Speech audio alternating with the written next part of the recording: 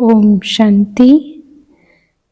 आज के बाबा के रिवाइज महावाक्य हैं। बाबा ने कहा है, मीठे बच्चे, ज्ञान की तलवार में योग का जौहर चाहिए, तभी विजय होगी। ज्ञान में योग का जौहर है तो उसका असर जरूर होगा। प्रश्न है, तुम खुदा के पैगंबर हो, तुम्हें सारी दुनिया को कौन सा पैगाम देना है? बाबा ने समझाया है, सारी दुनिया को पैगाम दो कि खुदा ने कहा है, हाँ, तुम सब अपने को आत्मा समझो, देह अभिमान को छोड़कर एक मुझ बाप को याद करो तो तुम्हारे सिर से पापों का बोझा उतर जाएगा। एक बाप की याद से तुम आत्मा पावन बन जाएंगी। अंतर्मुखी बच्चे ही ऐसा पैगाम सभी को दे सकते हैं। ओम शांति। भगवान बाबा ने समझाया है कि कोई भी मनुष्य मात्र, फिर चाहे दैवी गुण वाला हो या आसुरी गुण वाला हो, उनको भगवान नहीं कह सकते हैं। यह तो बच्चे आत्मा जानती है। दैवी गुण वाले होते हैं सत्युगी दुनिया में, आसुरी गुण वाले होते हैं कलयुग में। इसलिए बाबा ने लिखत भी बनाई है कि दैवी गुण वाले हो या आसुरी गुण वाले हो, स्वयं को चेक करो, सत्युगी हो या कलयुगी हो। यह बातें बड़ी मुश्किल से मनुष्य को समझ में आती हैं। बाबा कहते हैं, तुम सीढ़ी पर बहुत अच्छी रीति समझा सकते हो, तुम्हारे ज्ञान के बाण बहुत अच्छे हैं, परंतु उसमें योग का जौहर चाहिए। जैसे तलवार में भी जौहर होता है, कोई बहुत तीखे जौहर वाले होते हैं। जैसे गुरु गोविंद सिंह की तलवार विलायत चली गई, उस तलवार को लेकर परिक्रमा देते हैं, बहुत साफ रखते हैं। कोई 2 पैसे की तलवार भी होती है जिसमें जौहर होता है, वो है बहुत तीखी होती है, उनका दाम बहुत होता है। बाबा ने उदाहरण देके समझाया, बच्चों में भी ऐसे ही ज्ञान योग का जौहर है। हाँ, कोई में ज्ञान बहुत है, हाँ, योग का जौहर कम है। जो बांधेले हैं, गरीब हैं, वह शिव बाबा को बहुत याद करते हैं, बुद्धि फ्री है ना, उनमें ज्ञान तो कम है लेकिन योग का जौहर बहुत है। वह तमो प्रधान से सतो प्रधान बन रहे हैं याद की यात्रा से। जैसे एक अर्जुन भील का भी मिसाल दिखाते हैं। अर्जुन से भी भील, हाँ, तीखा हो गया बाण मारने में।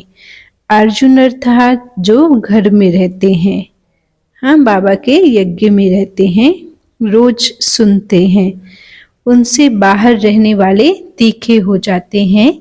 जिनमें ज्ञान का जौहर है, उनके आगे वह भरी ढोते हैं। कहेंगे फिर ड्रामा की भावी। कोई फेल होते हैं, हाँ, विकारों को जीतने में फेल होते हैं, दिवाला मारते हैं तो नसीब पर हाथ रखते हैं। ज्ञान के साथ योग का जौहर भी जरूर चाहिए। ज्ञान माना समझ, हाँ, बाबा ने कहा समझ के साथ धारणा के लिए याद की शक्ति भी चाहिए। जौहर नहीं तो गोया कुक्कड़ ज्ञानी है, हाँ, धारणा युक्त जीवन नहीं हुआ। बच्चे भी फील करते हैं, कोई का पति में होता है मोह, कोई का किस में, हाँ, प्यार होता है। ज्ञान में बहुत तीखे होते भी लेकिन अंदर खिटखिट रहती है। यहाँ तो बिल्कुल साधारण रहना है, मनसा बिल्कुल पवित्र रहे तो बाबा से बुद्धि का योग जुड़ता है। सब कुछ देखते हुए जैसे कि देखते ही नहीं है। एक भगवान से ही मन की सच्ची प्रीत रखनी है, तब तो गाया जाता है, कम कार दे दिल यार दे। ऑफिस आदि में काम करते हुए भी बुद्धि में याद रहे कि मैं कौन है। हाँ, मैं शरीर नहीं है, मैं इस शरीर में बैठी आत्मा हूँ। बाबा ने फरमान किया है कि मुझे याद करते रहो। भक्ति मार्ग में भी कामकाज करते कोई ना कोई इष्ट देवता को तो याद करते हैं ना। कोई मंत्र किसी गुरु का दिया मन में जपते हैं, ये भक्ति में भी करते हैं। हाँ, अब वो तो है पत्थर का भूत। बाबा कहते उनमें आत्मा तो नहीं है मूर्तियों में। लक्ष्मी नारायण भी पूजे जाते हैं, वह भी पत्थर की मूर्तियां हैं ना। बोलो इनकी आत्माएं कहाँ हैं? हाँ, ये मूर्तियों की आत्माएं कहाँ हैं? तो अब तुम समझते हो जरूर कोई नाम रूप में है। हाँ, कोई ना कोई शरीर है, नाम है, कहीं ना कहीं तो है ना। अब तुम फिर योग के बल से पावन देवता बनते हो, एम ऑब्जेक्ट भी है। दूसरी बात है, बाप समझाते हैं ज्ञान सागर और ज्ञान गंगा इस पुरुषोत्तम संगम युग पर ही होते हैं। शिव बाबा ज्ञान का सागर है और बच्चे हैं ज्ञान की गंगाएं। बस एक ही समय संगम युग पर होते हैं। ज्ञान सागर बाबा आते ही हैं कल्प के इस पुरुषोत्तम संगम युग पर।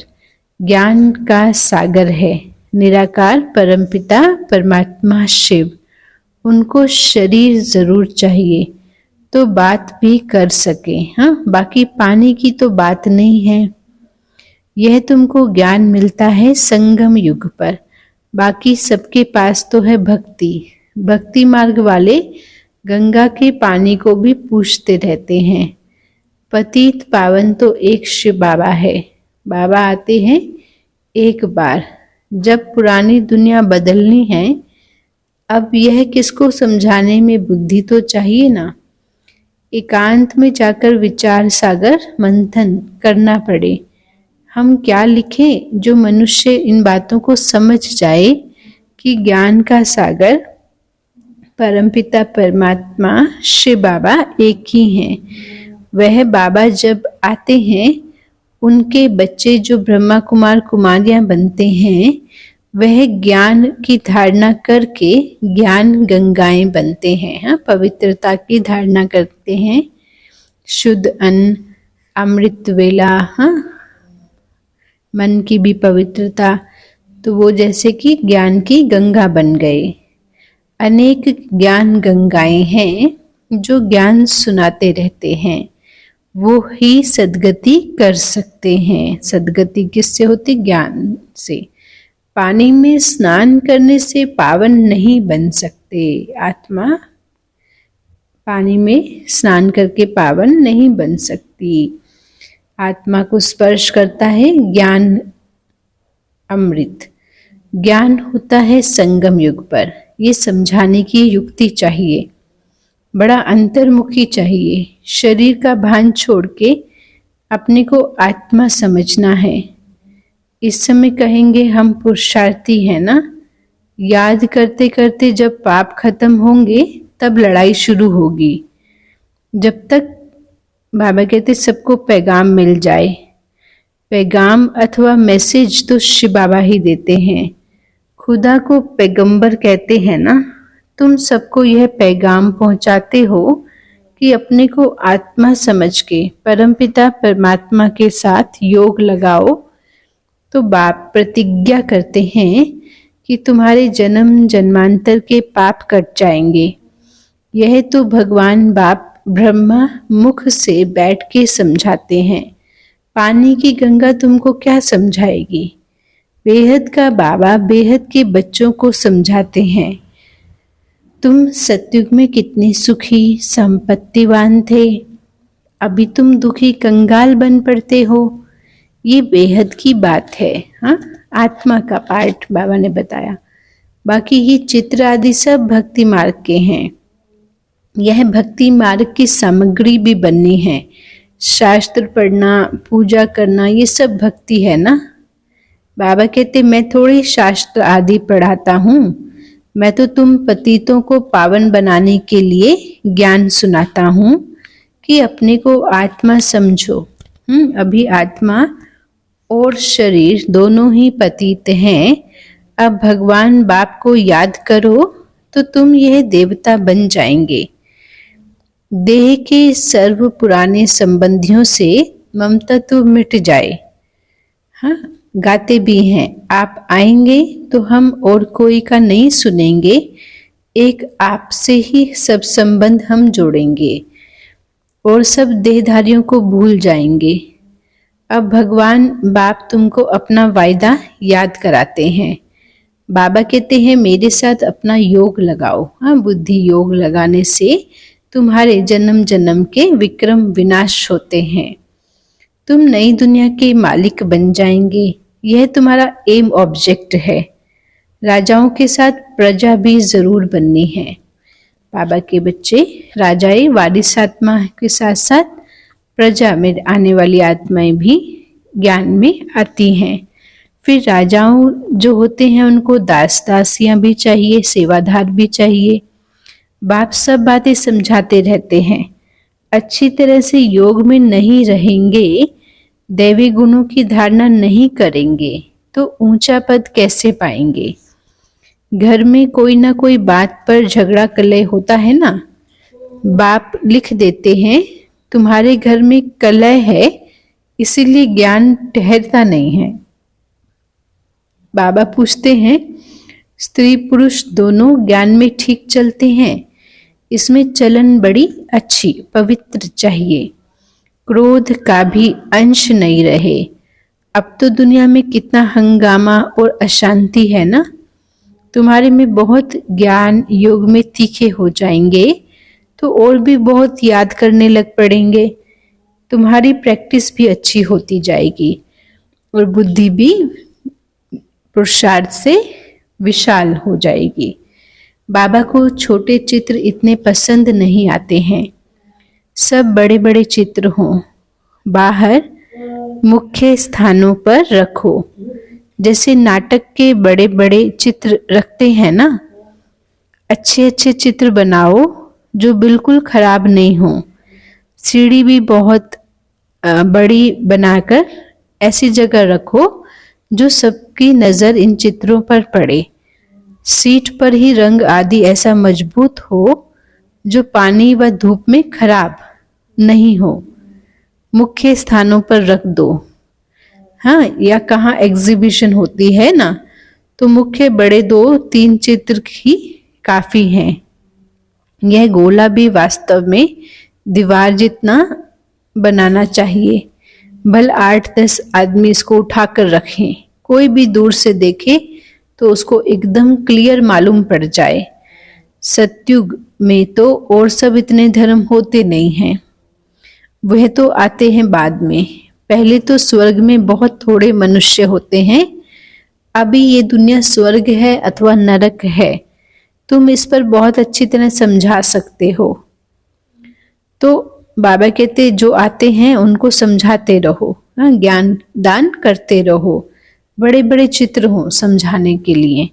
कैसे पांडवों के बड़े बड़े बूत बनाते हैं ना, बुत। तुम भी क्या हो, शिव शक्ति पांडव सेना। शिव बाबा संगम युग पर पढ़ाते हैं। वह श्री कृष्ण है, सत्युग का फर्स्ट प्रिंस। तुम समझाते समझाते अपना राज्य स्थापन कर लेते हैं। ज्ञान की जितनी हम सेवा करते हैं, बाबा कहते तुमको राज्य भाग्य मिल जाता है। कोई पढ़ाई पढ़ते पढ़ते छोड़ देते हैं। स्कूल में भी कोई नहीं पढ़ सकते हैं तो पढ़ाई को छोड़ भी देते हैं। ऐसे स्टूडेंट भी होते हैं। यहाँ बहुत हैं जिन्होंने पढ़ाई को छोड़ दिया, तो क्या वो स्वर्ग में नहीं आएंगे क्या? बाबा पूछते आएंगे अथवा नहीं आएंगे। हाँ, बाबा कहते मैं तुमको विश्व का मालिक, हाँ मैं विश्व का मालिक। मेरे से अगर कोई 2 अक्षर भी ज्ञान सुनता है ना, तो उसको स्वर्ग में जरूर आएगा। हाँ, ये तो उसको भाग्य मिलेगा। आगे चलकर ढेर सुनेंगे। ये सारी राजधानी स्थापन होती है। कल्प पहले मिसल। बाबा कहते बच्चे समझते हैं हमने अनेक बार राज्य लिया है, फिर गवाया है। हीरे जैसे थे, फिर कोढ़ी जैसे बने हैं। भारत हीरे मिसल था। हाँ, बाबा का इतना ऊंचा ज्ञान पाने से भारत क्या बन गया? हीरे जैसा बन जाता है। बाबा कहते अभी भारत को क्या हुआ है? हाँ, भारत तो वो ही है ना जो सतयुग में हीरे जैसा था। तो बाबा कहते हैं इस संगम युग को पुरुषोत्तम युग भी कहा जाता है। उत्तम से उत्तम पुरुष भी है, बाकी सब हैं कनिष्ठ।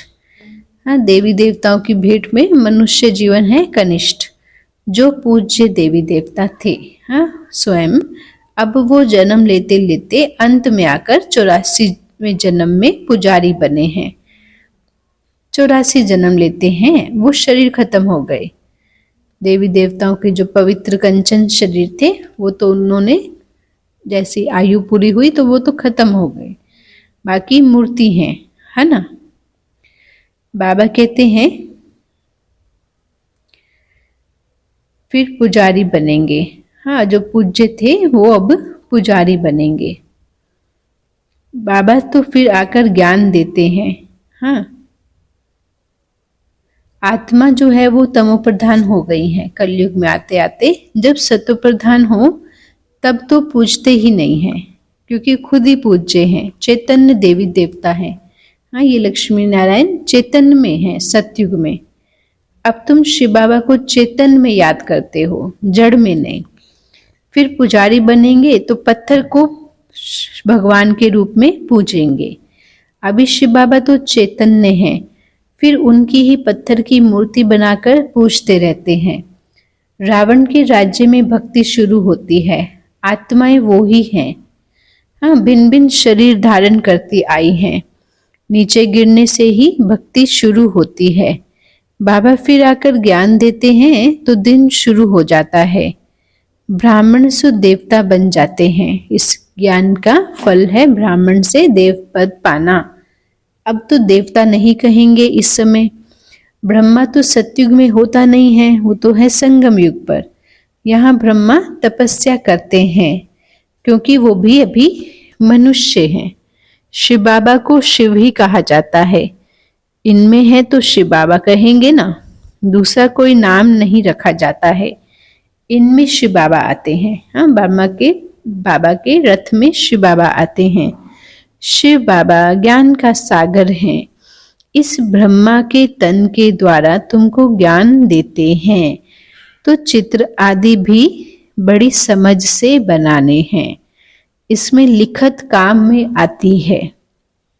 पतित पावन पानी का सागर है या पानी की नदियां हैं अथवा ज्ञान सागर है, उनसे निकली हुई ज्ञान की गंगा ब्रह्मा कुमारियां। कौन है पतित पावन? ये समझने की बात है।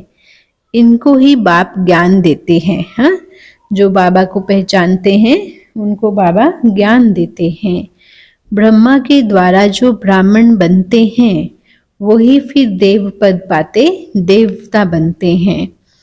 विराट रूप का चित्र भी बहुत बड़ा दिखाना है। ये है मुख्य चित्र। बाबा समझाते हैं, मीठे बच्चे, तुम्हें अपनी सिविल बुद्धि बनानी है। जब बाबा देखते हैं कि इनकी क्रिमिनल आइब हो गई है तो समझ जाते हैं ये ज्ञान में चल नहीं सकेंगे, क्योंकि ज्ञान में चलने का आधार क्या है? पवित्र बुद्धि। हाँ, पवित्र दृष्टि।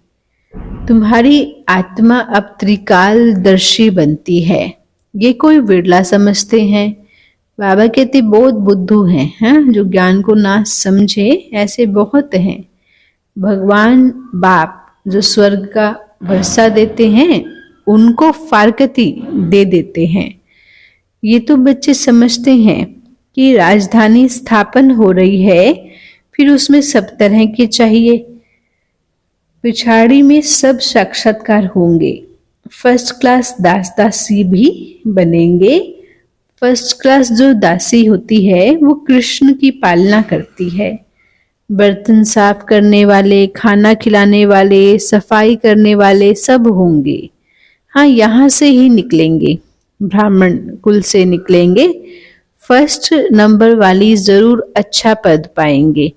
वो भी भाषना आती है ना, बाबा को बच्चों से भाषना आती है। यह बहुत अच्छी मुरली चलाते हैं, परंतु इनका योग कम है। कोई स्त्री पुरुष से भी तीखी हो जाती है ज्ञान में। एक में ज्ञान है, कहते हैं बाबा, दूसरा पहिया ठीक नहीं है। एक दो को सावधान करना है। प्रवृत्ति मार्ग है ना, जोड़ी भी एक जैसी चाहिए। दोनों की बुद्धि एक जैसी हो ज्ञान में, तो बाबा कहते जोड़ी एक जैसी चाहिए। आप समान बनाना है, अंत में तुम दुनिया को ही भूल जाएंगे। समझते हो ना, हम हंस हैं, यह बगुला है। जिसमें कोई अवगुण हो, किसमें कोई अवगुण है तो किसमें कोई। चट्टा बेटी तो चलती है, मेहनत बहुत है विकारों को जीतने में, सूक्ष्म मेहनत बहुत है तो बहुत सहज। समझ जाएं तो है तो बहुत सहज। सेकंड में जीवन मुक्ति पद, बगैर कौड़ी खर्च किए ऊंचे से ऊंच पद पा सकते हैं। गरीब जो है ना, वो अच्छी सर्विस करते रहते हैं। यह तो पता है ना कि कौन कौन खाली हाथ आए हैं। जो यज्ञ में तो आते हैं, यज्ञ की पालना लेते हैं, लेकिन यज्ञ में कुछ दिया नहीं, तो खाली हाथ आए। बहुत कुछ जो लेकर आए यज्ञ में, वो आज है नहीं। और गरीब जो हैं, निर्माणता का गुण है, तो बहुत ऊंचा मर्तबा पा रहे हैं। अच्छी सेवा करते, आज्ञाकारी बन के रहते हैं, तो बाबा कहते बहुत ऊंचा उनको मर्तबा मिलता है। अच्छा मीठे मीठे सिकलदे बच्चों प्रति माता पिता बाप दादा का याद प्यार और गुड मॉर्निंग। रूहानी बाबा की रूहानी बच्चों को नमस्ते। हम रूहानी बच्चों की मीठे रूहानी बाबा को याद प्यार, गुड मॉर्निंग, नमस्ते बाबा, नमस्ते बाबा, नमस्ते। धारणा के लिए मुख्य सार है, ज्ञान की तलवार में शिव बाबा की याद का जौहर भरने के लिए कर्म करते हुए भी अंतर्मुखी बन अभ्यास करना है कि मैं आत्मा हूँ। मुझ आत्मा को शिव बाबा को, बाप का फरमान है, शिव बाबा का फरमान है कि निरंतर शिव बाबा को याद करो। एक बाप से सच्ची सच्ची प्रीत रखो। देह और देह के संबंधियों से मम तत्व निकाल दो। प्रवृत्ति में रहते हुए एक दो को सावधान करके हंस बनकर ऊंचा पद लेना है। क्रोध का अंश भी निकाल देना है। अपनी सिविल बुद्धि बनानी है। बुद्धि कैसी हो? पवित्र हो। वरदान है, साक्षी हो कर्मेंद्रियों से कर्म कराने वाले कर्तापन के भाव से मुक्त भव। साक्षी हो कर्मेंद्रियों से कर्म कराने वाले कर्तापन के भान से मुक्त अशरीरी भव। जब चाहो शरीर में आ जाओ और जब चाहो अशरीरी बन जाओ।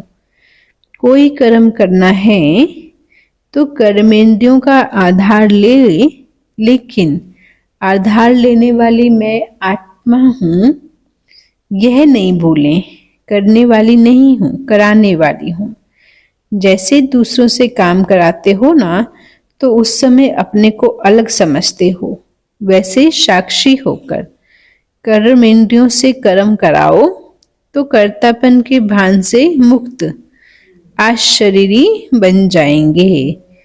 कर्म के बीच बीच में 1-2 मिनट कर्म करते हैं ना, तो बाबा ने कहा बीच में कभी भी 1-2 मिनट भी अशरीरी होने का अभ्यास करो तो लास्ट समय में बहुत मदद मिलेगी। स्लोगन है, विश्व राजन बनना है तो विश्व को साकाश देने वाले बनो। विश्व राजन बनना है तो क्या करना है? विश्व को साकाश देने वाले बनो। ओम शांति। आज का राजयोग अभ्यास करेंगे। स्वयं को देखेंगे पवित्र कमल के आसन पे। मैं आत्मा लाइट चमक रहा हूँ। मैं पवित्र आत्मा अशरीरी हूँ। मैं पवित्र आत्मा अशरीरी हूँ। चमकता हुआ पवित्रता का मणि हूँ। निराकार एक लाइट हूँ। शक्ति रूप हूँ। शांति कुंज हूँ। गुण मूर्त हूँ। वरदानी मूर्त हूँ। मैं अशरीरी पवित्र आत्मा हूँ, एक लाइट। अभी सर्व के लिए शुभ संकल्प करेंगे। सब आत्मा रूप में शिव बाबा की संतान है। शिव बाबा के सपूत वारिस बच्चे हैं। परमात्मा के आज्ञाकारी सहयोगी स्नेही कुल दीपक आत्माएं हैं। सर्व का कल्याण हो। सर्व परमात्मा को पहचान, परमात्म कार्य में अपना भाग्य बनाए, ये शुभ भावना सर्व प्रति रखेंगे। ओम शांति। शुक्रिया बाबा। ओम शांति।